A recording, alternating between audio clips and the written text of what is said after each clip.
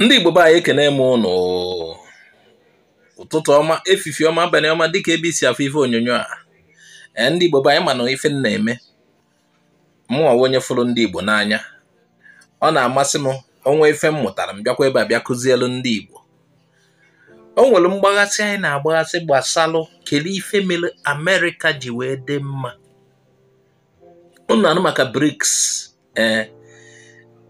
ọtụtụ mba gasị na-abịakọnye ọnụ ka ha kpọtuo Amerịka unu anụ maka na-asị hey gịnị ka Amerịka eme Amerịka ya adakwazi n'ikpeazụ a na etu ọ esi dịzi na BRICS bịakọnyecha ọnụ Amerịka ya ada hey BRICS ịma na Russia na ndị otu ha ma China ma South Africa ha ehika gasị na-achọ ka ha bịakọnye ọnụ ma ka ha o nwere ife a na-asị dishie dọla na ha egozi anyị nwabụ ndị laikere Amerịka na-asị hey emechakwa n'ife a na nsogbu ya adị mana o nwere ife mfụlụ n'ụtụtụ a news mfụlụ abịa na-asị 73 of this country sisi na ha chọzi izu dọla na ha nọ na BRICS Central Bank ha bịakwazili je na-egosi dọla n'ike na-ego dọla n'ike afụchara news a nsị Amerịka esika na-ajụzi onwe m kedu ife mere Amerịka ji wee si ike ahụ kedu ife ha na-emekarịcha maka ụdị ife a ka mma achọ ka Igbo mụta ka Igbo wee sikwa ezigbo ike o nwere okenye onye Igbo na Amerịka njụla ajụjụ a na ife ọsara m nya ka ntị ka m gbasalụ na ebe a maka dịka ntị egwu ụnụ mmụta ha na mbi ebe a bịa tiwarịa ndị be anyị maka ọmụmụ ngwagezienụ ntị.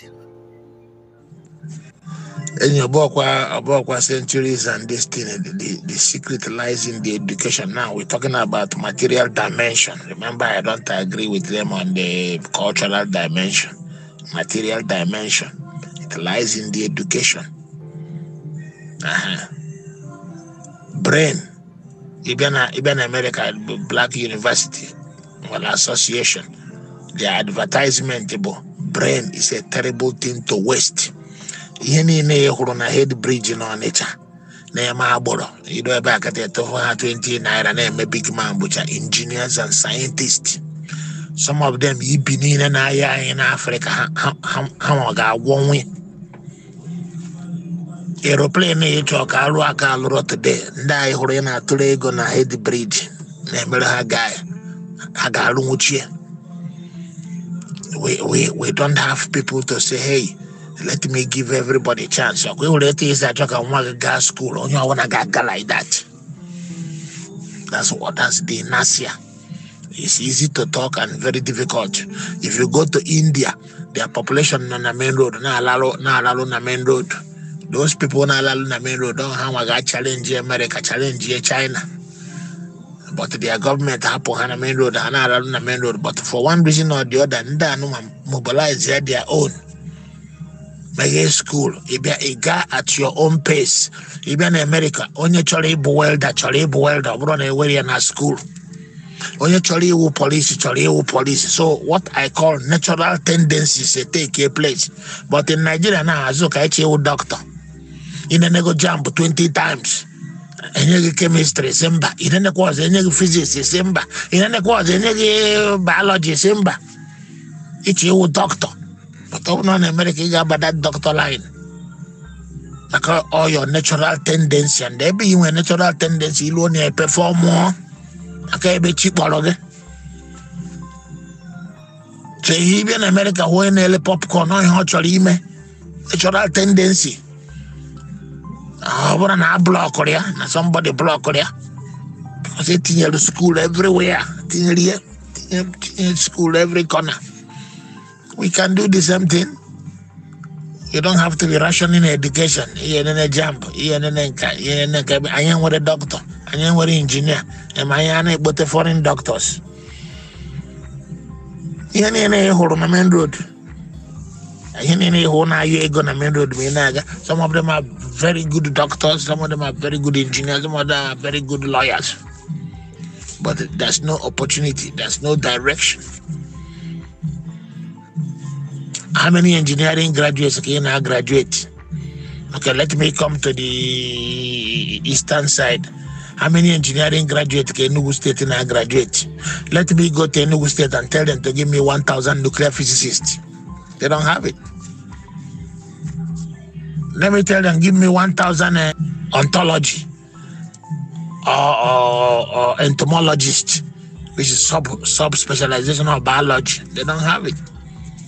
But everyone on the main road, not Bagari. Another one is agricultural economy. Like agricultural economy, there is nothing like unemployment. Before white man I be our place. Na village, when I no. The same thing. If you watch Africa, the most successful part of Africa, which is South Africa, have strong agricultural base. The other weak ones say with agricultural base because also. They left agriculture doing other things. All that agriculture has stacked up industry. He call sugar cane, he will make sugar, he will make shrub, he will make medicine, he will the fiber, make furniture. It brings industry. So when you write off your agriculture, you've written off 80-90% of your industry. Heavy industry and other industries like 10 or 20%. So it becomes self-defeat. Even pepper. You grow pepper, you start making pepper spices to cook. You start using pepper to make pharmaceuticals. You start using pepper to make military weapons. Do you know they use pepper to make military weapon? You don't know that. Ndị bai dalụkwana asị m ka m tọyepụrụ n'obere dịka m si emebu mbụ ama emebi ya na mbụ unu jee na channel aya na YouTube ije na playlist ibigoro ụzọ jee na Igbo Area TV ije na playlist inene Milos Corner ọdụ ọtụtụ ife ya amụta ndị Igbo unu ka nna agwa ije na Milos Corner unu ya amụta ọtụtụ ife unu ya afụ ọtụtụ ife onyonyo mgbe ịkpọọla ebuo na otu unu gasịrị ife ya aghọta maka iche ịnụ onu onye mkpọrọ kịta a na-akpa Milos Corner enwere na Igbo Area TV YouTube channel ọ dị ije ya anụgasị ọtụtụ ife okwulu ọ dị good na ife gbasara economics na nke ọ kọwara anyị etu ndị be anyị nwere ike isi dịkwa great unu na-anụ maka America ụfọdụ ya na-ajụ kedu ka America si ewere ife ha taa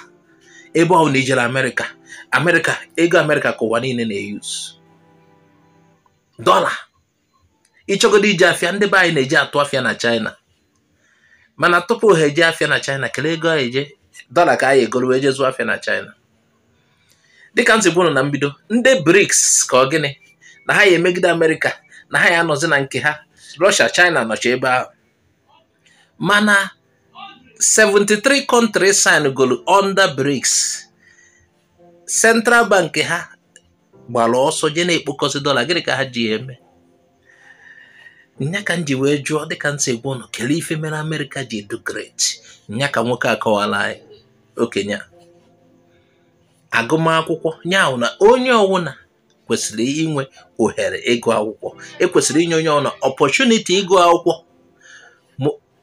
ọ na-akọ ma ndị anụcha na briji dịgasị ka onweghị ife ha balụ ndị anyị chere onweghị uru ha bagasịrị o nwechara ife dị onye ọwụna n'isi ọ mgbe akụziri ụfọdụ ife na ụdị akwụkwọ ụbụrụ ya kpọọ esikwuo ịfụ na ife ọma ehika dịka ntị kwenye onweghị onye enweghị ife ọ dị mma na ya mana ịgụkwụ akwụkwọ nyere aka kpọọ esi ụbụrụ eme ka echi ọfụ na akwụkwọ na onye ọ na nwetara ife na-aza agụmakwụkwọ ọha mmadụ na-eri jambụ ugboro 10 ewee pasị ya onwere ka America si eme ije nya ka njeso unu jee na Milos Corner unu jee n'Igbo Area TV unu eje na playlist chọọ Milos Corner unu ya amụta ọtụtụ ife ịma na ụfọdụ o nwere ife na-eme be anyị asị na mmadụ apasụ ha English na ya enweta school ịma na onwe great engineers mana ha amaghị asụcha oyibo. Afọ na lawyers na-akpa ike mana expression n'oyibo fiatụrụ ha mana ha na-akpa ike. Japan oji oyibo amụ teknọlọji ha, ejighị oyibo amụ teknọlọji ha n'onube ha. Ọnya ka ndị eto nwanne anyị nwoke nke a tụgharịrị physics n'Igbo. Mana ife nna-achọ ịkọwa ebe ahụ na inye ndị be anyị ohere ka onye ọwụna gụọ akwụkwọ, ị aghọta na obodo ya abawanye. Ọhọzi nke na afọ ha ego ejikwa ụgwọ akwụkwọ, ịma na ụfọdụ eji ha akwụkwọ maka na afọ ha ego ejikwa ụgwọ akwụkwọ. Malụka ọ ya adị asị na obodo na-akwụziri onye ọwụna ụgwọ akwụkwọ na edukeshọn wụ free, ma akwụkwọ ihe ejigwo akwụkwọ onye ọwụna agbaje skuul. Mgbe aka ya mana